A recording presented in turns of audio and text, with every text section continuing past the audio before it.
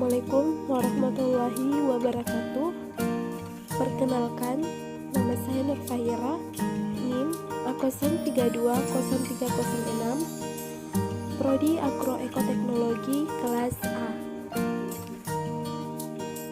Baik, di sini saya akan menjelaskan tentang hasil review dari jurnal tentang pencemaran tanah.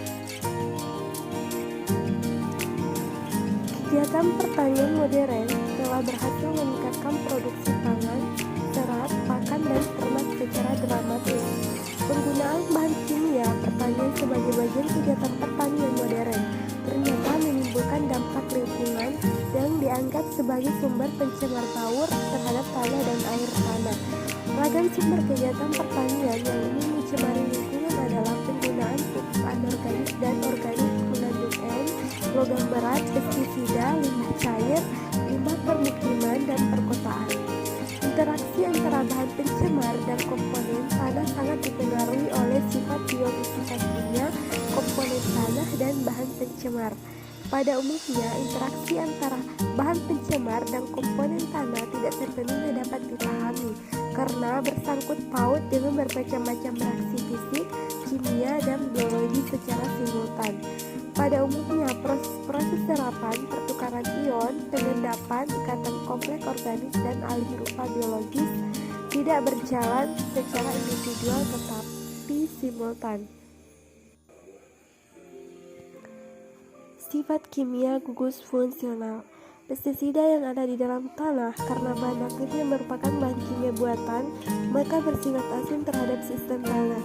Sifat gugus fungsional yang dimiliki molekul organik, baik bentuk, ukuran, konfigurasi, polaritas maupun keleratannya merupakan faktor penting dalam penyerapan senyawa organik penyusun pestisida.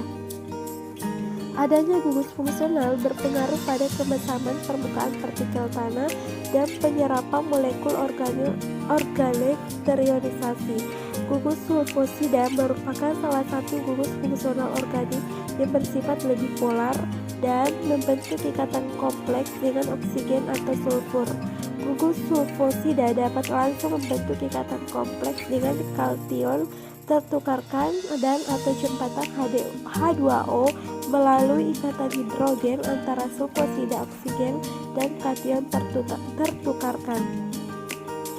Senyawa alfatik amina merupakan bentuk basa yang lebih kuat daripada amonium, sedang amina aromatik lebih lemah daripada amina alifatik.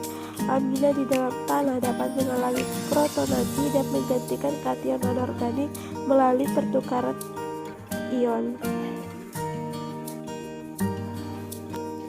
Migrasi pestisida dari tanah ke dalam air tanah. Apabila kondisi tanah jenuh air untuk waktu yang relatif lama sehingga tanah berada pada kondisi reduktif, air limbah, curah hujan tinggi, rawa permanen, atau karena gedangan air irigasi, maka senyawa organik akan terlindungi dan kemungkinan besar mencemari air tanah. Perpindahan senyawa organik di dalam tanah dipengaruhi oleh 3 proses. Yang pertama yaitu pelepasan senyawa organik dari fase padat menjadi fase cair. Kedua, aliran ke fase cair, dan ketiga, difusi melalui air. Bioremediasi akibat pencemaran pestisida.